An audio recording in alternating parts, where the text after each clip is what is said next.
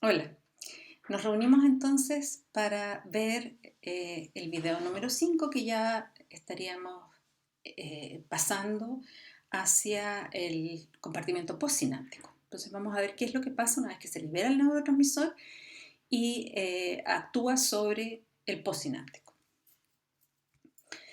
Eh, Básicamente en el postsináptico existen receptores para estos neurotransmisores, ¿ya? Y estos receptores son eh, de dos subtipos que son, y esto yo creo que ustedes ya lo han visto, pero lo estamos repitiendo, receptores llamados ionotrópicos o receptores de tipo metabotrópico. Los ionotrópicos son receptores de neurotransmisor que en sí mismo o cuando el neurotransmisor se une, produce cambios conformacionales que generan un canal de iones como los que ustedes han visto antes. La diferencia es que estos son varias subunidades en general distintas. Y por el otro lado, los receptores metabotrópicos son aquellos que van a gatillar una cascada de reacciones enzimáticas o de interacción proteína-proteína que va a terminar en la activación o inhibición de canales de iones. Y por último, finalmente, tanto los receptores de tipo metabotrópicos como los receptores de tipo ionotrópicos, el producto final es un cambio en la permeabilidad de la membrana postsináptica y como ya hemos visto, o ustedes han visto también en otras clases, los cambios en la permeabilidad de la membrana plasmática generan cambios en el potencial de membrana, que es lo que finalmente va a producir un neurotransmisor, un cambio en el potencial de membrana.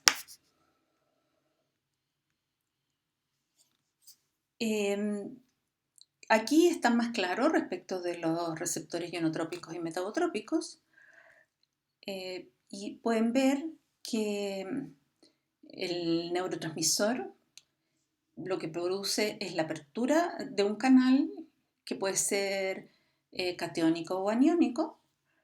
Y en el caso de los receptores ionotrópicos y en el caso de los receptores metabotrópicos, la activación del receptor va a producir ya sea la apertura o el cierre también de canales de iones. Entonces, si vamos ahora a los receptores ionotrópicos en particular, lo que tenemos es que pueden ser de tipo excitatorio o de tipo inhibitorio.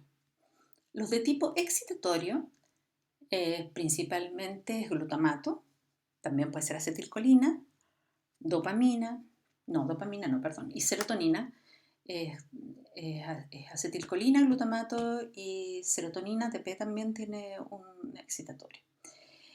Lo que producen es la apertura de canales catiónicos monovalentes y por lo tanto son canales que permiten el paso tanto de sodio como de potasio. Pero principal para las condiciones de la membrana plasmática en reposo, lo que más se produce, dado que el sodio está a una diferencia de potencial de equilibrio muy grande, lo que va a producir la apertura de este canal es principalmente la entrada de sodio, no tanto la salida de potasio. Entonces, la entrada de sodio lo que va a generar es una depolarización. Para el caso del receptor inhibitorio, pueden ser receptores a GABA o a glicina, y en ambos casos lo que se produce cuando el receptor se activa es una entrada de cloruro, que eh, produce generalmente una hiperpolarización porque está entrando carga negativa.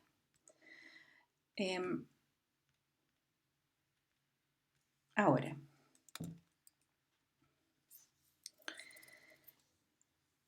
¿qué receptores o qué neurotransmisores tienen receptores ionotrópicos? Como ya dijimos, el glutamato, que es excitatorio en general, el GABA, la serotonina, la acetilcolina, que hay de varios subtipos, también el glutamato tiene varios subtipos, el ATP y la glicina. Glicina y GABA son siempre inhibitorios en el sistema nervioso adulto al menos. Mientras que glutamato y acetilcolina son siempre excitatorios. Serotonina, ATP, bueno, serotonina es excitatorio y el ATP depende si es P2X o P2Z, pero principalmente son excitatorios. Como dije, los receptores ionotrópicos están formados por varias subunidades y hay de distintos tipos. Aquí ustedes lo pueden ver mejor en esta diapositiva, en que hay algunos que son de 2 segmentos de transmembrana, otros son de 4 segmentos de transmembrana, otros de 3 segmentos de transmembrana y forman receptores que ya sea conforman unidades de 5 subunidades o de 4 subunidades o de 3 como en el caso del receptor de ATP. Los receptores metabotrópicos, por otro lado, son todos receptores que como estructura molecular son receptores de 7 dominios de transmembrana, que son los receptores que en general se acoplan a proteína G. Entonces son todos receptores acoplados a proteína G. Y ustedes lo deben haber estudiado ya, los receptores acoplados a proteína G, dependiendo de la proteína G, del efector y del segundo mensajero que se genere, va a tener distintos blancos, ¿no? O distintos efectos. Entonces, por lo general, en el sistema nervioso central, cuando un receptor metabotrópico se activa, lo que, como dijimos, el producto final es un cambio en la permeabilidad. Ese cambio en la permeabilidad podría ser de varios tipos de canales, hay algunos que son de canales de calcio, pero cuando son postsinápticos en general, no es una regla, pero esto es algo que relativamente común, es que cuando es excitatorio, lo que ocurre es que se cierran canales de potasio. Y cuando es inhibitorio, lo que ocurre es que se abren canales de potasio. Entonces, ya sea que se abran o cierren canales de potasio, hay cambios en la permeabilidad y eso va a determinar que sea excitatorio o inhibitorio.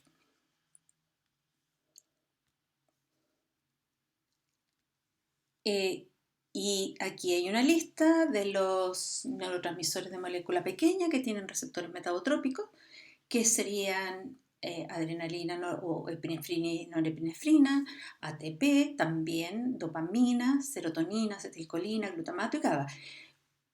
Como pueden observar, hay glutamato, acetilcolina, GABA, serotonina y ATP, que son los neurotransmisores que tienen receptores ionotrópicos. Eso quiere decir que además estos receptores tienen receptores metabotrópicos. Ahora, yo les dije que glutamato, por ejemplo, es siempre excitatorio cuando es un receptor ionotrópico, pero cuando es un receptor metabotrópico puede ser inhibitorio o excitatorio. Y lo mismo, dopamina puede ser excitatorio o inhibitorio, epinefrina y norepinefrina lo mismo, ATP, serotonina y acetilcolina. Acetilcolina tiene receptores metabotrópicos, excitatorios e inhibitorios. Entonces, en el fondo, el que sea un receptor metabotrópico no implica que sea excitatorio o inhibitorio. Y por otro lado, y esto es importante, todos los receptores a neurotransmisores peptídicos son todos receptores metabotrópicos. Entonces, la mayor parte de los receptores a neurotransmisores son metabotrópicos finalmente, pero existen receptores ionotrópicos para los principales neurotransmisores del sistema nervioso central, como son glutamato, GABA, acetilcolina y acetilcolina, que son los 3 principales. Ahora, Como les comentaba, que los receptores metabotrópicos son acoplados a proteína G, dependiendo del tipo de proteína G y de la cascada de transducción, vamos a tener distintos productos de segundos mensajeros y todas estas vías de transducción son comunes en el sistema nervioso central. Y esto ustedes deberían saberlo de cursos previos. Entonces tenemos distintos subtipos de proteína G y distintos tipos de enzimas a las cuales se acoplan y por lo tanto distintos segundos mensajeros. Y todos estos segundos mensajeros finalmente lo que van a hacer es activar quinasas, por ejemplo, que van a fosforilar canales que van a producir un cambio en la permeabilidad. Entonces, una cosa que quizás es importante recalcar es que la diferencia entre receptores metabotrópicos y ionotrópicos respecto a la velocidad de respuesta. Como ustedes se pueden imaginar, la respuesta de un receptor ionotrópico es prácticamente instantánea, o sea, es decir, se une el neurotransmisor e inmediatamente el canal se abre y esto produce el cambio en la permeabilidad y el cambio en la permeabilidad va a determinar el cambio en el potencial de membrana. Sin embargo, en un receptor metabotrópico, el receptor metabotrópico lo que tiene es que es el receptor, luego se activa la proteína G, luego la proteína G activa una enzima, esa enzima produce un segundo mensajero, ese segundo mensajero produce la activación de una quinasa, la quinasa produce la fosforilación del canal y el canal recién ahí se abre o se cierra. Y eso genera el cambio en el potencial. Entonces ustedes tienen que pensar que eso genera una respuesta más lenta, ¿no? Y además no es tan sincronizada, no es tan sincrónica, porque cada una de las etapas puede ser, puede no estar tan sincrónica respecto de la unión del neurotransmisor. Entonces se va como degradando la señal, se podría decir, y el cambio en el potencial finalmente termina siendo un cambio potencial que se inicia más lento y además que no tiene una ¿cómo se llama? Amplitud tan alta y además que se prolonga por más tiempo, ¿ya? Porque se desincroniza respecto de la liberación del neurotransmisor. Entonces se prolonga por más tiempo, además porque el hecho de que se activen quinasas para luego desfosforilar el canal se requiere una fosfatasa. Por otro lado, para inactivar la enzima se requiere que se retire, o sea, que se degrade la activación o que se pierda la activación de la proteína G. Y para que se pierda la activación de la proteína G se requiere que se hidrolice el GTP, etc. Entonces, todo tiene un retardo y eso hace que la señal sea más lenta de inicio, sea más lenta en su proceso y sea más prolongada en el tiempo. Y eso se da particularmente para los neurotransmisores peptídicos, que además no se degradan tan rápidamente, a diferencia de los neurotransmisores rápidos, clásicos, digamos, que se degradan más rápidamente. Y entonces eso pone un fin a la señal. Entonces, ¿cómo se llaman o cómo son las características de estas señales postsinápticas que son cambios en el potencial de membrana? Que como dijimos se producen por los cambios en la permeabilidad de los receptores, ya sea ionotrópicos, productos de la activación de receptores ionotrópicos o metabotrópicos. En ambos casos, este cambio en el potencial se llama potencial postsináptico y puede ser entonces, como dijimos, un potencial postsináptico excitatorio o un potencial postsináptico inhibitorio, un PPCE o PPSI. ¿Ya?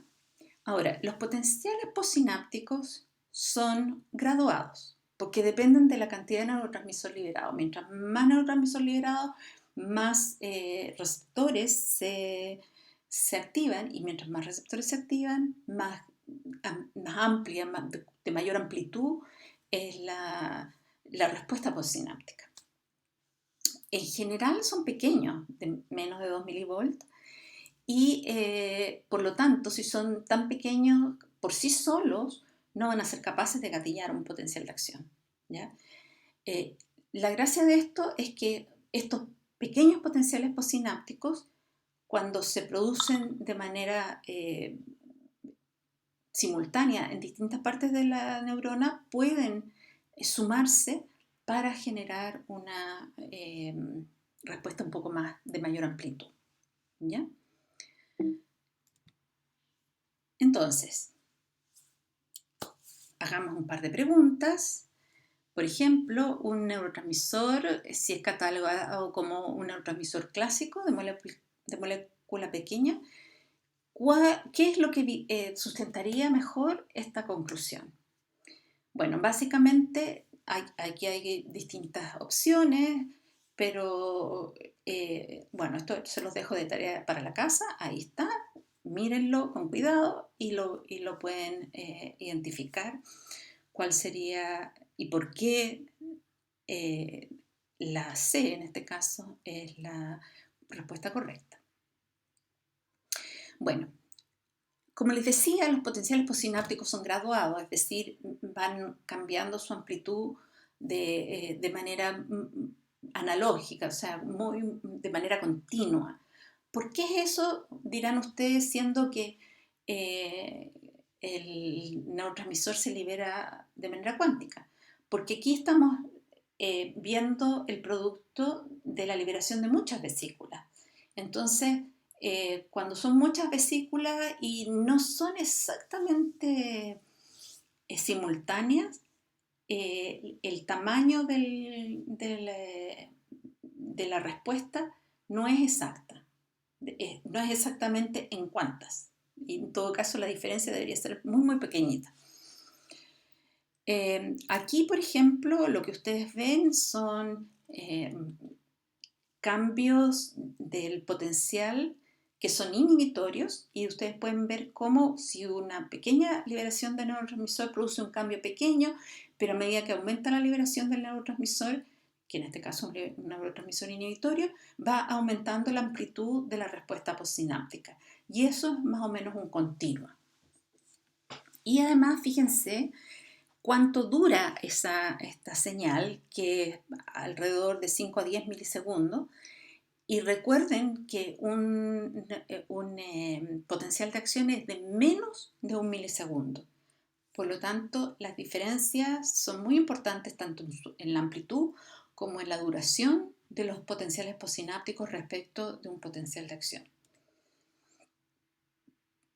Entonces dijimos, los potenciales postsinápticos tienen cierta diferencia si son producidos en el producto de la apertura de canales de receptores ionotrópicos o metabotrópicos. Y en general los potenciales postsinápticos producidos por receptores ionotrópicos duran entre 10 y 50 milisegundos dependiendo del receptor.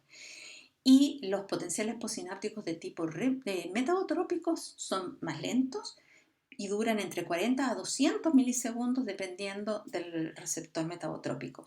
En general, los más rápidos, entre comillas, serían los receptores metabotrópicos a neurotransmisores clásicos, como la dopamina, la norepinefrina, la serotonina.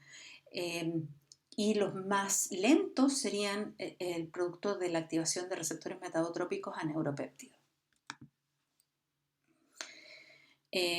Aquí hay una comparación entre cambios o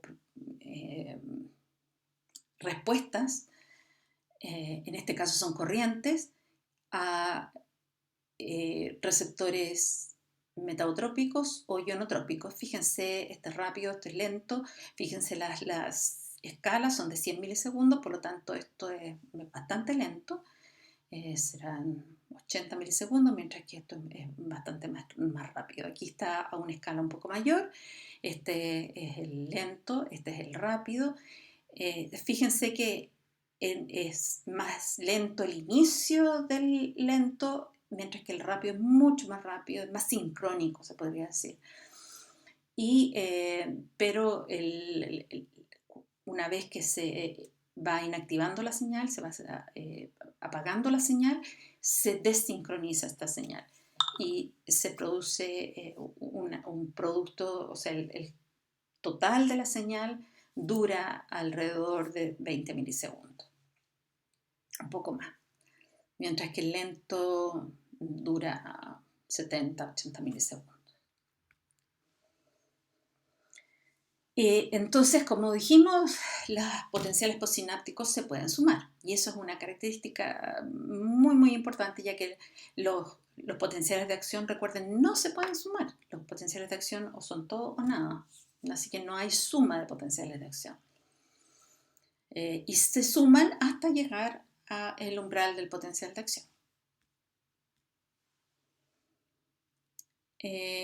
Aquí les voy a dejar una pregunta para que la resuelvan en su casa. Pueden parar el video, ver bien la pregunta y resolverla, y si tienen dudas lo discutiremos en el seminario. Y con esto terminamos la cápsula número 5. Nos vemos.